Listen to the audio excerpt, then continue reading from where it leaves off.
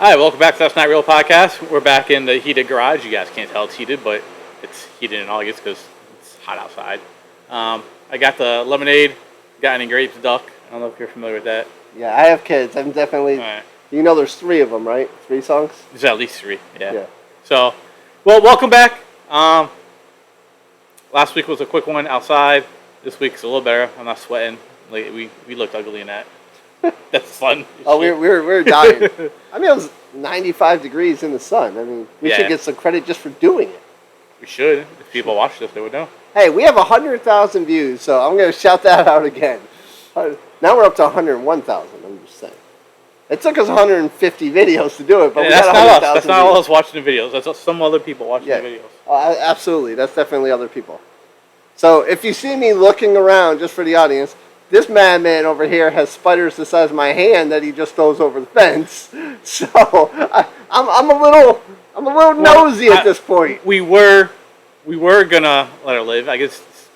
But she gets on laying big giant egg sacs. I don't want 200 banana spiders hanging around my house. So I don't want any. So with my version, I've been vacuuming. So this is gonna be our 10-minute topic.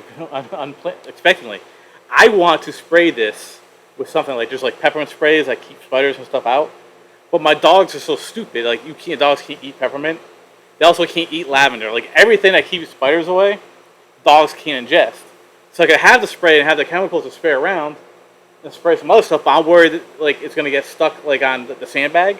Right. And they're gonna come in and lick the sandbag. Well, you have to do most of the chemicals after like an hour. They're safe. Like when I have a person who does treats for spiders at my house. Well, all bugs, but because of spiders. And they tell me, as soon as they spray, they're like, it's safe for the dogs after an hour to go out there and stuff like that because it dries. It dries? Maybe that's what I'll do. I'll try the peppermint stuff. Yeah, just kind of read through it, obviously, because what it says it's safe, but like most dogs aren't stupid and like, you could spray your walls and your dogs would eat the wall, and then we both know my dogs literally eat the wall. That's what I'm saying. Like your dog would eat the. If my dogs lick the wall. I guarantee you the first thing my dogs probably do is go outside and eat whatever gets sprayed. So they've survived it quite well, so I think you're fine. It's mainly in here for football season, too. Yeah, because if there's not too bad. I vacuum in here all the time. It's not too bad here. It's just around certain areas, but I like to keep it before it gets cold and they come inside. So if you're watching this and you have a great way to keep spiders out of, like, garages, it's enclosed, it's fixed, it's not completely open, let me know, and I will try it. And also, don't be afraid to share some really cool tips and tricks of creative ways that you kill them. Like I use a sword, an actual sword to kill them, or a wooden sword. That is my weapon of choice. So share your creative ways that you kill spiders too. So. And by the way, the lizard that got in here, remember so he can get his way out? Now we closed the door. So now he's going to be looking for something else. I can't find him. It is a garage. Really there is a lizard in here somewhere with us, but it's kind of a cute little. They come in all the time. I try to save gecko-style lizard. Or whatever. I tried to save a lunar moth like a month ago, and he wouldn't let me catch him and put him outside. So I came back after my trip. He was dead on my popcorn bucket. Well, I mean, you did a few weeks ago sit here and talk about how you're going to kill a whole bunch of people, and like you're the bad guy. You're the evil one. I'm so the bad why guy. would the animals trust I get caught because I save a butterfly. That's my arc. I guess the insects and bugs should trust you much more than me. Well, that's why I said I wish that the superpower would be that animals, you don't have to communicate with them. They wouldn't know if you're trying to hurt them or not. Like the squirrels that come over, I can't do anything. The crows won't come when I'm outside. I wish they'd eat some of the spiders for me. I know they do, but you gotta get a whole bunch of praying mantises. That's what I want for my house. I think they're cool looking and they eat spiders. So. Well, chickens will eat ticks too, but will my dogs eat the chickens? And is that worth it? Yeah, and you can't have chickens unless you have a certain amount of square footage and stuff. My yard's big enough. There's a house down the road that has chickens off the main road. Yeah, that doesn't mean it's right or it should be allowed. I have a privacy fence. I have the shed. I got the chickens. If my dogs won't eat the chickens, I might be willing to try it. But that's a tough thing to convince them not to do. Yeah, I can't picture Moose especially just letting the chickens run around. Well, Moose might want to play with them. Well, yeah, but I'm Dargan wouldn't want to eat them. I'm gonna guess the playing's not gonna go so well. No, it doesn't go well for groundhogs. Yeah, or moles or snakes. Yeah, I had a mole the other day. Dobby thought it was fun to play with him as he's running around the yard with him in his mouth, throwing him up in the air. Yeah, actually, it wasn't. I'm sorry, it wasn't a mole. It was a possum because I thought it was dead possum, and it was a baby one. I thought it was dead. I put it in the front yard after getting it away from the dog finally, and then checked on it 5 minutes later, and it was gone. A vulture might have come down and grabbed it. Well, I mean, I doubt it. I don't think it was actually dead when I looked at it. So, that's a tough possum. What's the strangest thing your dog or cat has ever killed and brought home? Yeah, I mean, That's a good topic. Let us know Wait. something crazy, because you see the videos where dogs come back and they come back with like a raccoon or a bear friend. yeah, I mean, I had an instance where I know it's normal for cats to bring birds in the house. Right, because they're trying to reward you for But taking care of them. we had an indoor cat that had never gone outside. I woke up, there was a bird in the spare room once. And I had a look. And it turns out the cat figured out how to get out the old dog door that we had. So she got out that night for the first time and brought a bird in. Brought a bird home. I mean, But that was an interesting one to see a dead bird in the other room and not know how it got there. yeah, no, that'd be a little weird. Like I said, the stuff we found in the yard all the time, moles, all that type of stuff. Groundhog stopped coming in since the dogs know army tactics and flank it, and they don't stand a chance. I see a couple animals. Like I've only seen one snake in the yard. I've seen a couple moles, but the dogs keep them away, I assume. Well, the snakes, because the yard next door is so tall, there's all types of shit over there. Yeah, the dogs keep them away for the most part.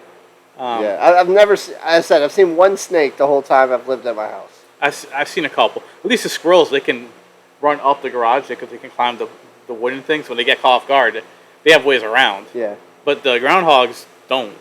I see some raccoons, but they usually get away. The dogs have got cornered quite a few possums. They corner a lot of frogs, but they're scared when they jump. So the dogs jump backwards as much as they do. So the toad that I've been sharing, the dogs can't see it. So I always wonder why it doesn't move. Like I could step on it and do stuff and it won't move. And Moose was next to me, and the thing was, Moose was like, hey, Moose doesn't care about this because some toads can be poisonous if they eat it, whatever it is. And I went to kick it and it jumped, and as soon as it jumped, the Moose then was like, oh, look at this shit. And he saw it, he was like wanting to play with it and doing stuff. I had to kick it into the grass and turn Moose around, and he didn't know where it was. Huh. So he never sniffed it to know what the smell was to look for it, I guess. Yeah, I don't. With both my dogs having hound blood, I don't think the sniffing is gonna. They seem to identify everything. He didn't. He walked right by it, and then when it hopped out one time, then he was into it. That's it. It's definitely interesting the different animals that you can see. But again, I have a fence in the backyard, so they can't get in, just like you do. But so never gonna see anything like deer. I also live off a main road. Yeah, deer's not gonna get in my fence. I do see some deer in my neighborhood, but never in the. Although I heard there's some coyotes in my neighborhood, so I'm really hoping to run into some of them. We saw one up on Westchester. A coyote. Yeah. Yeah, I'm real. I saw one. Remember when we were in Cardington? Yeah. I remember seeing the coyote there once. I thought it was cool. Yeah. Again, I hate spiders. I hate those, but I love seeing other wild. I saw an eagle for the first time in my neighborhood. Oh, in your neighborhood. In my neighborhood, it bugged me out. I looked up and there was an eagle flying around. I tried to get on video, but by the time I turned around and parked, it was gone. Once you vacation in Alaska once, it's not as... Oh, it was cool. Because they sit like on all the light posts, like every day. Really? Yeah, you see bald eagles everywhere. Ah. It's like, oh, this is cool the first day, and then you drive into, because I was doing the work, so I had to take the same road, and you know how like the birds will be sitting on light poles here, like you go to Norfolk, you got the seagulls. Picture that, but it's bald eagles. Ah. So that is a good selling point to get me to go visit there someday. Juneau's a nice little city. Yeah, and it's a little cold. I don't like the cold. No, if you go in It's July, Alaska. It's cold. no, if you go in July and August, it gets to 80. Gets to 80. How low does it start? It's like 60 to 80. Oh, okay. So No, you're fine. Like shorts. I didn't have any winter clothes when I went. all right, I might have to visit Juneau at some point Yeah, if you go in the summertime. in the summer. And remember- Never in the winter. I hate the cold. No, and remember, it's daylight, like almost, they say 24 hours, but like it's literally like 2 hours, maybe not darkness. So See? you can do whatever you want to do. All right, so I gotta, now it's on the bucket list because of the Eagles. I gotta go visit Juneau, Alaska. And I think everyone in Juneau has the same dog trainer because none of the dogs are on leash there. Well, you see that in a lot of places. And like, they're all well behaved too. Yeah, again, you see that in a lot of places. I don't know the trick. Like, I even tried a little dog trainer for mine, and they're still crazy. But I think it's just the amount of time people have to spend with their dogs. I think so too, and they're out there more. And you kind of don't want your dog, I guess, on a leash because if there's a bear or something, they can warn you. Right. I don't know. They're all well behaved in Alaska. I think a lot of it, though, is just time. Like, I don't have nearly enough time to spend with my dogs as I'd like walking and stuff like that. Well, some of them are just like Muppet came off leash trained. She never cared. Yeah. You know, I could walk. I mean, now I can walk anywhere. She tried to run. I was like, okay, I don't think Dobby would run off if I put him off a leash, but again, I'm off a main road. Right? So Yeah. No, you the don't. thought You of don't even wanna do it. trying it. Like Dargan, after a run, I can walk with him off leash, and he'll stay right by my I side. was impressed. I did try to get both dogs in the car the other day, and that was entertaining. Neither You're one of them. fucking two dogs. Neither one of them liked the car, but Dobby's really easy to walk. My other dog, Echo, he just doesn't like it. Okay, and when he does, it's like a bear. You're like dragging a bear around. Like so, he's walking in front of you, trying to drag you. So obviously, I'm working to keep him next to me and stuff. But I tried to get them both in the car, and Jason's also getting in the car. They dragged me, spun me. I get Dobby in the car, and all of a sudden I realize Echo had gotten out of his harness, and he's doing just circles around the front yard. But all I had to do is open my front door and say, "Hey, go inside," and he went right inside. So at least I have some trust there. They'll come in no matter what. All right. So that's episode 1. All right. There's gonna be A, B, and C this week. Hang on.